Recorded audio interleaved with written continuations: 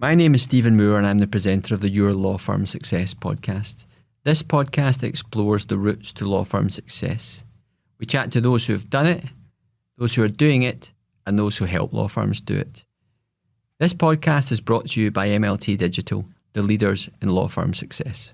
In this episode of the Your Law Firm Success podcast, I chat to Murray Mathieson of Positively Legal. Murray is pretty self-effacing about his achievements, but he has worked with some of the biggest firms in the world and has built a very, very successful business, coaching, helping, instructing, advising both law firms and lawyers from, I know, for now 22 years or so. In this edition, we talk about mindset. Now, you may see that as being a fluffy term or something that's quite hard to define, but the fact is that changing your mindset around how you approach your work, how you approach fee earning, how you approach business development, and how you approach your day can have two very significant impacts. One is on reducing the anxiety that you may have around work, and two is around the growth of your law firm. So, Murray, thank you very much for spending some time with me today. I know your time is valuable. Pleasure, Stephen. I was wondering if you could start, for those who don't know you, explaining just a wee bit about your background, how you've got to where you are and actually where you are now. Okay, thanks. So I started off, I'm actually a non-practicing solicitor and accredited business coach. Started off in the mid-80s working for a small firm in Glasgow, Browning and Bowes. So I was there for 4 years. It was a chamber practice. So for those listeners who aren't lawyers, that means it didn't do any litigation. It was wills, trusts, conveyancing. I didn't know that. Some commercial work, etc. And then I went to Brodie's and did corporate work for a couple of years there. And then I became an attorney at law in the Turks and Caicos Islands in the British West Indies, about a 3 or 4 partner firm there. But I'd always wanted to go into business, and I saw the biggest avenue for that to become an in-house lawyer, a general counsel. So I made the move into Jetstream Aircraft in Prestwick. We built turboprop aircraft, 1929 seaters, and it was part of BAE Systems. What is now BAE Systems was British Aerospace PLC. So I ended up as legal director there, in charge of a department of 3 or 4 at any one time. But we're part of a global department of about 50 in-house lawyers, and of course was instructing a lot of law firms, so saw everything from the client side. The aircraft manufacturing programme ceased, and I took a job as the first in-house lawyer at the Scottish Football Association. So I was legal director or director of legal and special projects at the SFA. I was there for a couple of years. It was really, really enjoyable. Some excellent work, as it had been at BAE as well. And then I moved on to Bar, which is a private limited company, about 100 million turnover. Not Bar, the Iron Brew Company, Bar Construction, Environmental, etc. So again, an excellent work portfolio. We were doing PFIs, we were building football stadia. We did the St Mary's Stadium at Southampton. And I then saw a gap in the market, basically, and it started off as training workshops on client awareness. That was really the first stage of Positively Legal. Set up Positively Legal in 2001, and 22 years later, I'm still here. Positively Legal has developed. It's still only me. I sometimes work with other consultants, but it's broadly me. And I have 3 ways of delivery, if you like. So I've got one-to-one coaching. Became a coach 2004. I've got one-to-one coaching. I've got bespoke group training. I say bespoke because I don't do open training. I do it for specific groups within specific law firms, and consultancy. And the main areas, if you like, I don't do anything on how to become a better technical lawyer. It's all around things like particularly strategic planning, leadership, business development, and then I've got some niche areas like designing and implementing partner appraisals, retiring partner programs. All right, brilliant. We first got into contact, I think maybe about 16 years or so ago. So that was relatively early in your Positively Legal That's right. journey. What type of firms do you typically work with, or has that changed a lot over the course of the past? It hasn't really changed. It's a very broad range. What I have found in the last few years that our smaller firms are starting to buy my services a little bit more. And when I say smaller firms, say around 5 million plus. Right. So it used to be, and I think it shows a bit of a trend in the market, it used to be firms of maybe 15 million plus would be willing to use somebody like me, because everything I do is a discretionary purchase. And I am seeing in the market now, because the market's becoming, if you like, more sophisticated in terms of trying to be innovative, trying to improve the way they behave as businesses, smaller firms are now more interested in that. But the range is from 5 million right up to multi-billion international firms. Because for the first time that we worked together, I think was for a firm where I was doing some retained work, and you were brought in to help out with tenders. That's right. And I remember the discussion amongst the partners was whether or not they should be bringing in somebody external to help with something as important, and they were encouraged to do so. And I remember working with you, and I was fairly astonished by the level of detail that you went into, your commitment to quality and language, and to such an extent, I remember actually that we worked together through the night on one of those tenders when all the other partners had gone home. And I think it probably reflected, or certainly was a very clear example for me as to how somebody was able, despite being what one might consider as being expensive, to deliver a significant amount of value. And I imagine that's what's underpinned the growth and the fact that you've been able to sustain and grow Positively Legal so successfully for such a long period. Well, thanks for the compliment. It's the first time you told me that you were so astonished by the quality of the work. What I also remember about that evening is that we were both starving and thirsty, and we didn't know our way around. So we found a fridge, and you drank half a pint of milk, and about 2 hours later, you were struggling because it was about 6 months out of date. Yeah. But one of the things about that exercise actually tells you quite a lot about the way lawyers think and behave differently to other business sectors. Yeah. Because I remember speaking to one of the partners there about 2 days before the tender was to be put in. And if this tender, you'll remember, had been won, which I think it was, it was going to improve the turnover of the firm by 8% or something like that. Yeah. And I was asking the partner how it was going late one night, and he said, "Oh, could you come back in again tomorrow, Murray? It's really tough going this." He said, "I actually can't wait till Thursday morning and I can get back to doing my work." Yeah. Well, I thought to myself, yeah, if this isn't work, what is work? Yeah. And we can maybe come on to that later. Yeah, and I think that is a good segue for our sort of discussion, because you haven't heard the podcast today so far, but what we have been chatting about, or what has been a recurring theme, has been around the importance of business development within a practice in order to grow a firm. You know, sales are the lifeblood of any business. And each of those individuals that I have spoken to, whether it be Austin Lafferty, Stephen Gold, Greg White, and then Bernard Savage, has talked about, certainly the lawyers within that group, about how they've moved from being technical lawyers to effectively specialising almost entirely in sales. And I think to cover, you've worked a lot with individuals, and there was a quote I had from Stephen Gold's section which I wanted to play for you, that I thought could form an interesting start to our discussion. So I'll just, hopefully this works. Lawyers are, if you scratch the surface of the average solicitor, then I think you find somebody who is analytical, suspicious, maybe quite reserved in their dealings a lot of the time, risk averse, petrified of personal failure.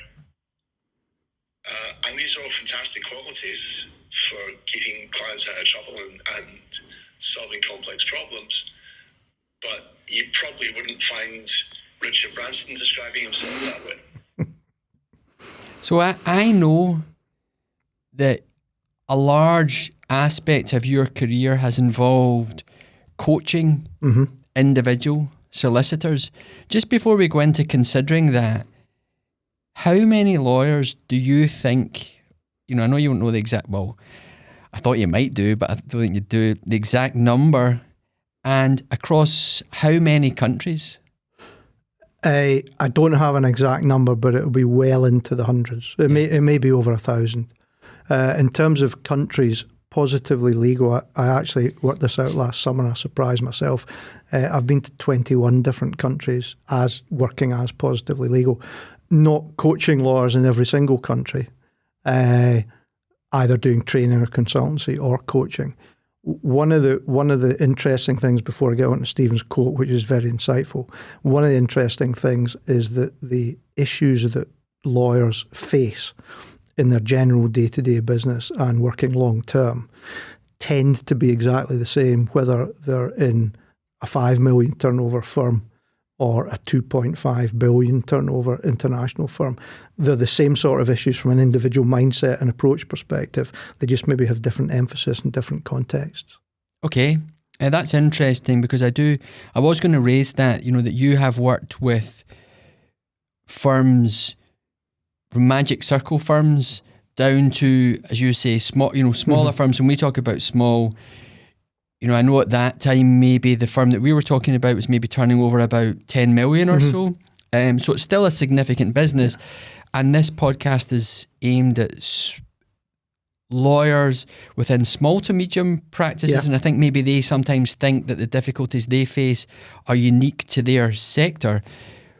But what you are, I think, suggesting to me is that actually those problems are uniform, as are the mindset challenges that individual lawyers face in terms of how they can work out how to make their law firms more successful. Absolutely. And I mean, the fundamentals, I think, are the whole training and approach of a lawyer is counterintuitive to what a business leader, an entrepreneur, a high growth business should be. First of all, we as lawyers look backwards all the time in our work. We look at precedents, case law, templates for agreements, etc., etc. So we're always looking backwards. And the core job of many lawyers in most situations is to minimize risk for the client. So if you think of it, entrepreneurs, business leaders look forwards and take risks.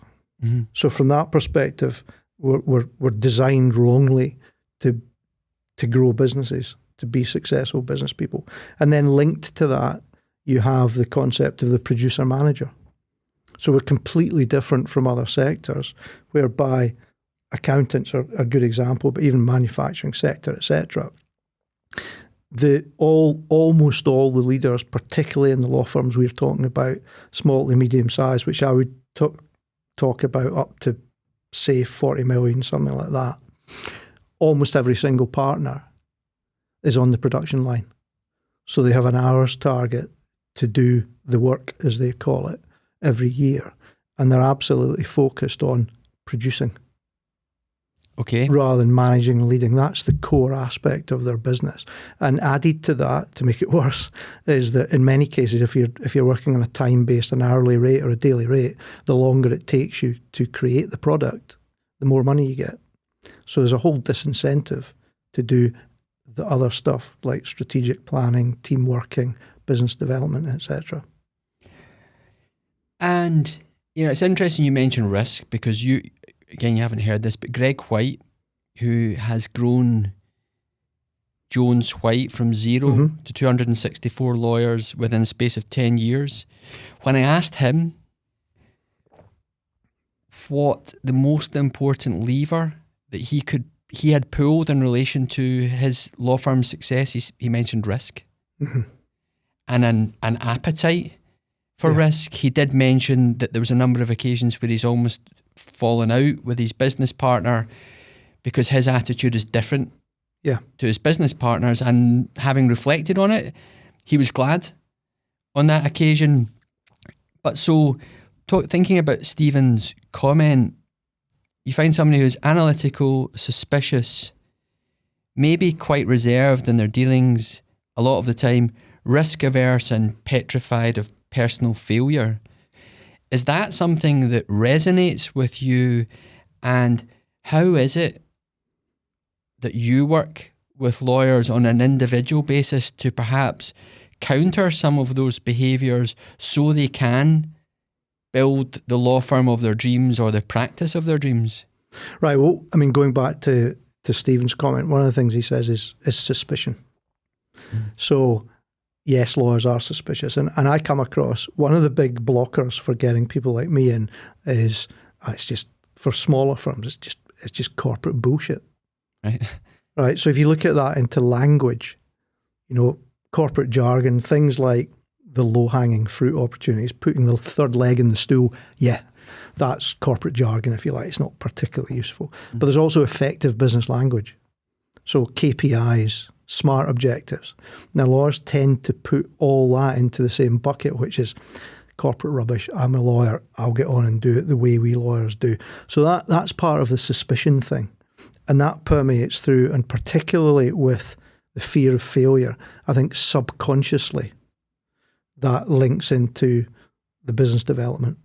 So in terms of not doing business development, yes, there's a lot of it is around risk, but a lot of it is about not actually quite understanding what it is and habit and fear of failure. Mm-hmm. So from a coaching perspective, coaching is basically asking questions. And the way I explain it to people is coaching is asking, mentoring is telling. So most coaches, whether they realise it or not, start off with a base of coaching, which is asking questions. And then when necessary, they put in the mentoring bit, in my experience, or how about trying out this handout or reading this book or whatever. So one of the things about the coaching that I do is just to help people realise what the overall situation is with lawyers. And one of the sort of almost therapeutic things that comes out a lot is, so I'm not the only one that's got this problem. So I try to create some sort of framework for them. And I try to enable them to come up with, or I give them if necessary, some practical ways to change what their habits are. Because a lot of it is mindset and habit. So not on a BD perspective, but on a general perspective, often I'll get a situation, say with a salaried partner quite recently, a few weeks ago, a salaried partner in a British law firm, trying to pull together an innovative project into her practice, which is completely different from what the type of work that they've done before. And was struggling to get from the thought process to actually getting some traction, working out how you'd put it together, speaking to decision makers in the firm, etc. And I said, so what you're struggling to do is try to get thinking time. Yeah, that's right. I said, so if you're working from home one day and it was a Thursday morning, it was a nice morning, and you started work at 9 o'clock, would you go out for a walk and just think about this project, how you would put it together, and maybe do that from 9 o'clock till 10:30? And I knew what would be said. No, I wouldn't do that. Why not? Because I would feel guilty that I'm not doing billable hours. I'm not basically on the production line. I said, would you go out from 5 o'clock till 6:30? Oh, yes. So that's how the producer, manager, lawyer mindset and habit and attitude really affects the growth of law firm businesses, because most people are built into, in core hours, we're on the production line, and all the other stuff is lunchtime, evening or weekend. So a lot of the work I do is just to change that habit and talk about impact and value rather than it's the habit to do this at this time of the week. That same firm that we worked on years ago, I mean, I struggled in the same way as as others would, and maybe you did as well, to gain traction within firms, because despite having done legal training, I wasn't a fee earner. And there was a mantra within that firm which was fee earner good, not fee earner bad. There's a mantra in the whole sector like that. Yeah. Do you think that is something that can be changed for the lawyer? Because it seems to me that from the firms that I've spoken to, it's only been on the occasion where the principal or the founder is new business oriented that they are then able to make that step towards making their firm successful. It is changing, and not without exception, but generally speaking, the much larger firms are changing. So there's much more credit given specifically and, if you like, in the mind to senior associates, partners who are doing other type of work to push the business forward other than just fee earning. And sometimes you get that in small firms. I'm working with a firm, a really, really innovative firm, around 10 million turnover. They've got a management board and there's only one what I call jobbing partner on the board. One of them's a project, an integration partner, the CEO is an accountant, etc. So it is changing. The other thing I would say, Stephen, is that the focus tends to be in business development. So you're going to push your firm forward by getting more sales, more people involved in more sales, and they're more productive in doing that. But also there's a whole other aspect around that, better self-management of individuals, better strategic planning at an organisational, team and individual level, better focus on financial performance, not just how many billable hours are we doing, what's the profitability, but also, what are our lock-up days, how much debt do we have, how much work in progress do we have, how can we shorten our lock-up days from 110 days to 83 or whatever on average. Better leadership, all these issues link into your law firm success. And I think there is a bit of a preponderance to focus only on business development. And these other things, for example, if you reduce your lock-up days by 5 or 10% over a year, that has a massive impact on the success of your firm. To go back to the first thing which you mentioned, self-management, what do you mean by that? Lawyers tend to be incredibly busy in terms of the hours they're working and incredibly disorganised within the context of that work. So many of them don't even have a list, never mind a strategic plan.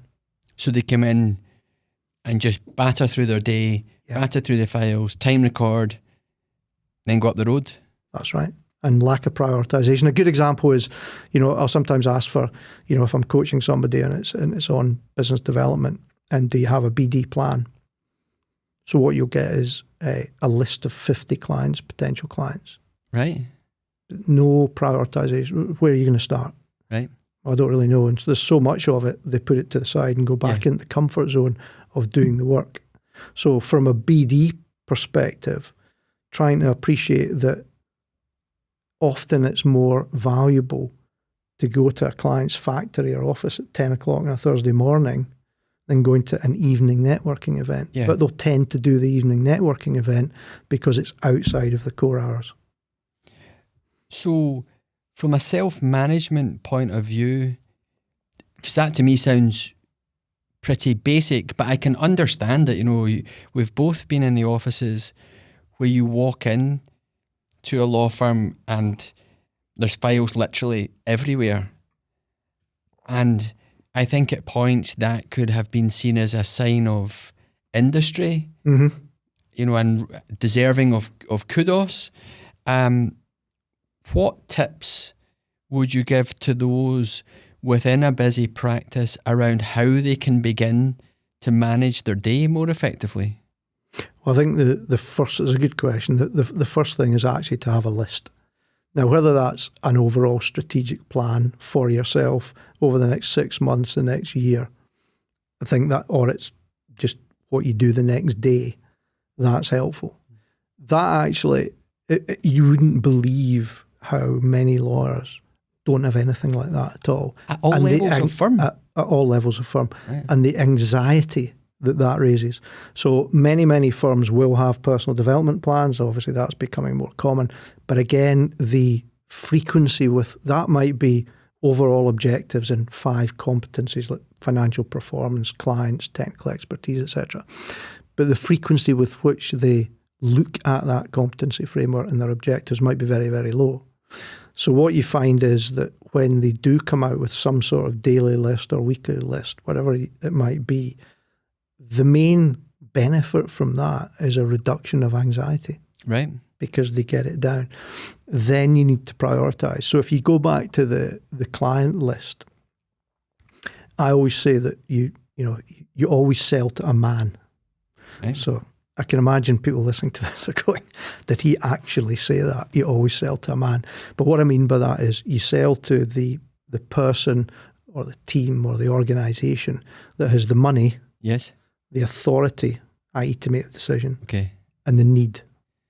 Okay. So if you've got 50 potential clients to approach and you do it on that basis, which of them have got the funding, who in there have got the authority to make the decision to buy you, and who have the immediate or short-term requirement, that's a good way to prioritise. Okay. So you can pick your top 3 or your top 5 and then you work on them. So you start off with a list for the day. Mm-hmm. You begin to prioritise that. Now, what we are talking about is law firm success, and that comes in various different guises. And as you say, there's business development that's talked about a lot, but there are a range of other factors within there. In your experience, I don't know if you're going to be able to answer this, but in your experience from the solicitors that you have dealt with, who you have been most impressed by in terms of perhaps their organisation, their personal management, the way that they have approached things, what lessons have you learned from them? Are you able to share, or what, say, maybe characteristics or aspects of behaviour from them would you say others could adopt relatively easily with practice, sorry? Right, easily with practice is interesting because none of the stuff I do and none of the things that we're talking about are intellectually challenging. Yeah. So that's the first thing. They're very behaviourally challenging. I mean, you'd said that it seems like common sense. Yeah, most of it is common sense, and the difficulties are driven by habit. So I think the acknowledgement of that to people, that it's not, a lot of this isn't difficult. Another thing is that I think the lawyers who do well in this type of thing don't fall into the legal trap of something has to be complex to be valuable. Okay. So a classic is with SMART objectives. I remember one of my sons, they were doing at his high school, they were doing a new thing of setting SMART objectives for the year. So I went in for a meeting with his guidance teacher. We had a chat and said, right, I'll now draft 3 objectives for Stuart. And the guy drafted 3 SMART objectives, time scale, etc., within about 2 minutes. Mm. And I work with lawyers sometimes for 45 minutes trying to get them into the mindset of how you do a SMART objective. And I think it's because they think that it has to be really complicated for it to be valuable. Okay. Which aligns with the work. So if you acknowledge that and do things in a simple, effective manner, I think having the flexibility as well of time, not being a slave to this core hour thing of I've got to be doing billable hours. And also just taking the risk of saying, well, at the partners meeting, I might be the lowest billable partner of the month, but the value I've brought in is 10 times as much as anybody else. And that is where attention comes in, because, by habit, the firms are looking at value through the number of billable hours rather than the amount of work brought in. I think another thing I would say is that if lawyers look on the wider level of competencies and give them all some sort of proportionate focus. So whether it's learning development, whether it's chasing up aged debt or speaking to your cash department about aged debt, whether it's doing a strategic plan with your team, rather than just looking at the billable hours and just looking at how many clients we get in. Okay. I don't know if that answers it well or not. I mean, I suppose what you've said to me in answer to that is that actually I'm not going to come out with there's nothing groundbreaking or particularly intellectually challenging around any of this. It's just about following some set routines. Now, members of our audience might not know what a SMART objective is. A SMART objective it's an objective that's specific, measurable, so you know when you've done it, achievable, results driven, and time bound. Okay. And time bound is often the most important bit. So I'm going to have a meeting with my team regarding our strategic plan. Okay. If you don't say by 30th September or something akin to that, the lawyer will always find the excuse not to do that. Okay. Now, I know also you worked with the SFA. Mm-hmm. You're a very keen football fan.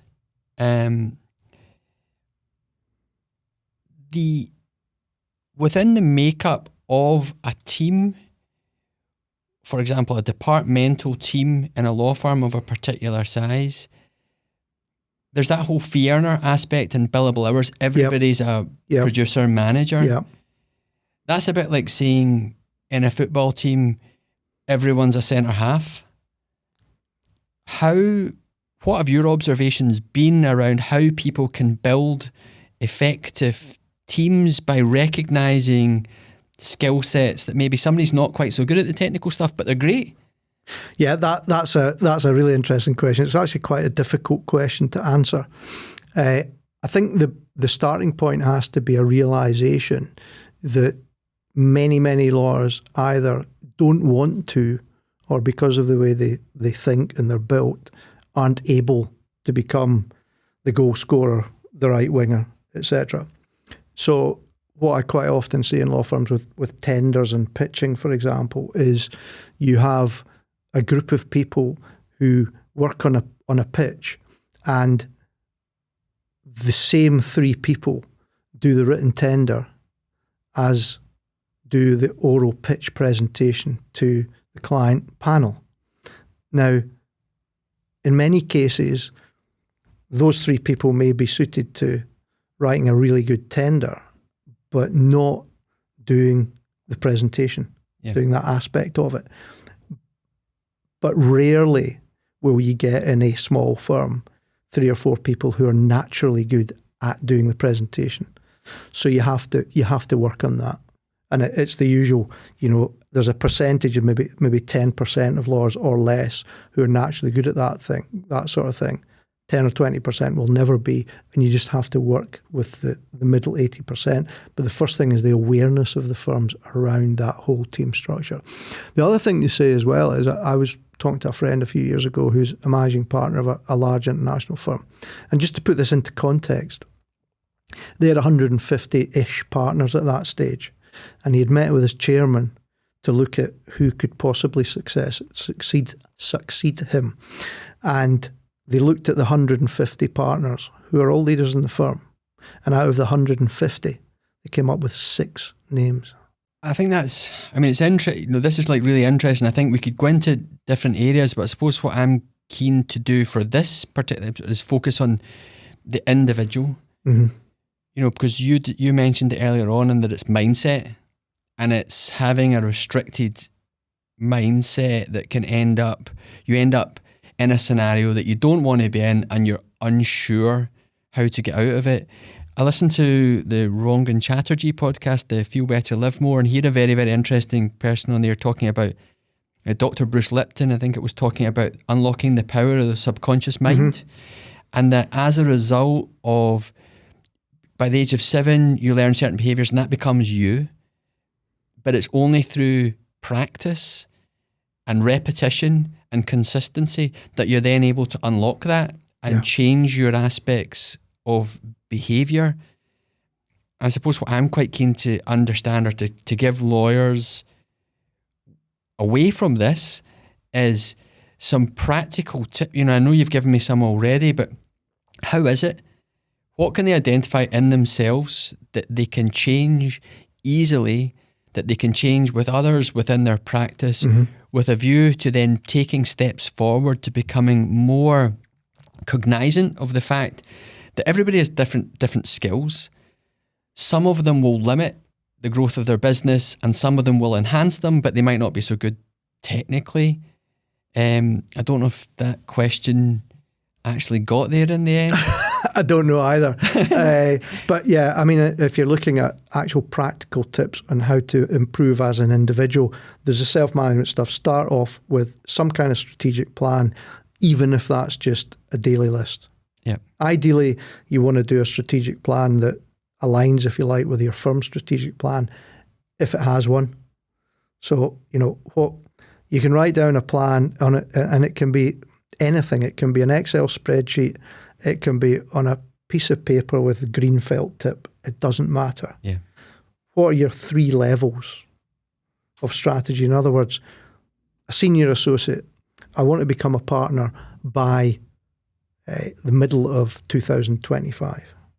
Second level, what are the 5 areas I need to focus on to do that? So one of them is technical expertise, might be. Another might be business development, getting new clients in. Another is my financial performance. Another is my leadership capabilities. And another might be community. What kind of pro bono work do I do? So you have these 5 areas, which are quite basic common sense things. And then the third level is under that, pick 4 or 5 tactics for each of those areas. So under financial performance, it might be hit 1,600 billable hours. A second one might be reduce my lockup days, from 113 to 102, or the team's lockup days if you're head of a team. And you do that. So you have some sort of plan that you can keep referring to as a sort of living document, keep updating and tick off. And you can do that on your own. You don't need to be working with a supervisor or a partner to do that. Another thing I think that is very important from a business development point of view is to stand back and look at what BD is and what are the areas of BD. So myself and another consultant, Sally Sanderson of Profex, who you know, Stephen, we came up with a 6-segment BD process for lawyers. Starts with organisation and planning, and it finishes with closing the deal. It includes things like building relationships, building your profile, selling solutions, etc., etc. But you then go into dividing those 6 into 3 sectors. Organisation and planning, and that can be strategically what type of client base are you going for, and it can be how much planning are you doing for the meeting tomorrow at Starbucks with your current client. Secondly, marketing, and thirdly, selling. Now, the work I've done with individuals and also with groups, but let's focus on individuals. If you're a partner, say, and you maybe do 300 hours of business development each year, what you tend to find is maybe 250 hours of that is actually in marketing. So you do precious little planning, organisation, and more importantly, you do hardly any follow-up. So you go to the networking event, you tick the box, you talk to a few people, you come back, and in the morning you go in and start doing your work again. So your return on investment is very, very low. So what is much better is to actually, you can do the same amount, same 300 hours in BD, but instead of going to 25 marketing events and writing loads and loads of articles and all this kind of thing, you cut that down. You do more organisation and planning, and very, very importantly, you do the one-to-one follow-up after the marketing events. That way you'll get a lot more business in. Yeah, Bernard Savage talked about that in a recent one that we did, the importance of the follow-up. Yeah, critical. How critical that is. If I can say as well, Stephen, just at this stage, that brings me on to another thing, that the whole concept of plan, do, review. It's a 3-way process. Now, I had a managing director at BAE who he was in at our place for a year or two, and he wasn't particularly enthused about lawyers. And he was a difficult sell internally from our point of view to show the value of the lawyer within Jetstream. But in our first conversation, he said the problem with lawyers, Murray, he said, is that business runs on plan, do, review. And he said, you lot just do. You do hardly any planning, and the most important part of the process is review, and you just never do that. Right. So a good practical tip is when you've done a pitch, for example, or you've run a team meeting in a different way from normal, anything like that, you sit down quietly afterwards, or you maybe sit with somebody else, and you write down or you type up whatever, 3 things. What went well? What did I learn? And what can I do better next time? And if, for example, if you're doing a lot of tenders or pitches, you can build that up and you look at it before you do each one, and slowly but surely your performance will improve. It's interesting. I think that's all very interesting, and you know, we've talked about it. I'm very keen on it. The benefit of the plan is not the plan itself. It's the process of doing the planning, which then forces you to think through certain elements. And just to draw this bit to a conclusion, it's trying to get out of the mindset fee earner good or fee earning good, non-fee earning bad, which is that time spent planning and then reviewing is as important, if not more important, than actually doing the work itself. Absolutely.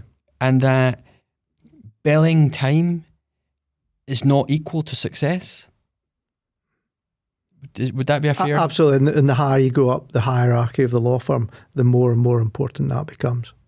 So from the small firm owner, lawyer point of view, it's about breaking out of the mindset that doing equals success, and that in order to build a successful law firm, you need to have individuals within the firm who are working as a team and who are encouraged to spend time doing planning, prioritizing, setting some goals, then reviewing their progress on an ongoing basis.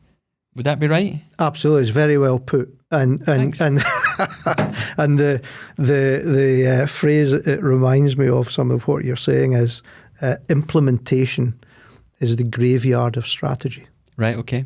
So that's where the process is really important, and the review aspect is really important. So as lawyers, we come up with these lovely plans, or from a firm or team perspective, 30-page plan. Everybody goes on a Friday night to the pub to celebrate the fact that we've got a really good strategic plan. And the next time they look at it is a year later, the night before the away day. So you've got to do it. You've got to have that process to make sure you implement. Okay. And that's an ongoing process, a review process, a self-review process a lot of the time, ticking off the objectives that you've achieved. Okay, brilliant. So just there's one thing that I know you would have heard many times. Mm-hmm. I'm too busy. You know, what's your counter to that? You're not too busy. I say this, and it's easy for me to say this, as I'm the external guy that comes in and says, maybe you could improve doing this and that. So it's easy for me to say it. But it's not about being too busy. It's about deciding what you're going to do and what you're going to prioritise within the time you've got. Sally and I did a film a number of years ago, interviewing clients, people who dealt with clients a lot of the time. And one of the people was a commercial property developer, and he said, it's amazing. He said, you know, with lawyers, all I get is, I'm too busy. And I'm thinking, they're working all these hours, but they never deliver anything on time, or rarely, and to budget. And it's about deciding what you're going to use your time for and prioritising. And one of the things is energy. So, you know, if you're at your most creative in the morning, then do the difficult things or the imaginative things first and leave the client work till later. The word I would focus on is impact. What impact are you going to have by doing something or not doing something, whether it's billable or non-billable work?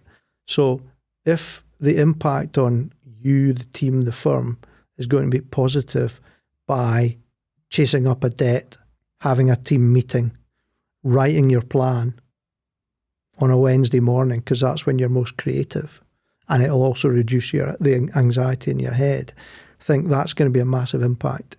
So do it then. And then do the less impactful standard client work, the comfort zone stuff. Do that in the evening. Okay. So think about impact. Okay. Which includes impact on the mind. I mean, I think you've seen it a lot more than me. I think you fall into the trap. And what we're saying here and what you're saying is that you've got to use your time effectively to deliver the most value for the firm. If that's not build time, it doesn't matter. Mm-hmm. If it's going to result in a hugely positive impact in the future. Yeah. And talking of, leaders of these law firms and taking risks, I think there's got to be an acceptance sometime that you and or the people within your firm actually put the client work to the side and focus on other things that will move the firm forward. And going back to the time issue and the prioritization, another tip is to always ask the client, when are you looking for this for? Because quite often lawyers come out of meetings and they're too busy because they've thought, I just want to get this to the client immediately. And the client's actually thinking, well, anytime in the next 2 or 3 weeks. And if you ask that question, that time question, it can take a lot of pressure off you. Okay. Thanks, Murray. Thanks very much, Stephen, for your time. Where can people find you if they want to get in touch? At positivelylegal.co.uk, and they can buy my strategic toolkit at Better at Business. Okay, Better at Business. betteratbusiness.com. Okay, thanks very much, Murray. Nice to see you, and thanks for your time. Good to see you, Stephen. Hope it's been helpful for the listeners. Yep. Thanks. Thank you. So thanks very much for listening to today's episode. I hope you enjoyed it. I hope you're enjoying our content. We'd be delighted to hear any feedback that you have. You can find out more about the Your Law Firm Success podcast at mltdigital.co.uk/podcast. Please subscribe. Please share with your friends. Please share with anyone who you know that you think would be interested.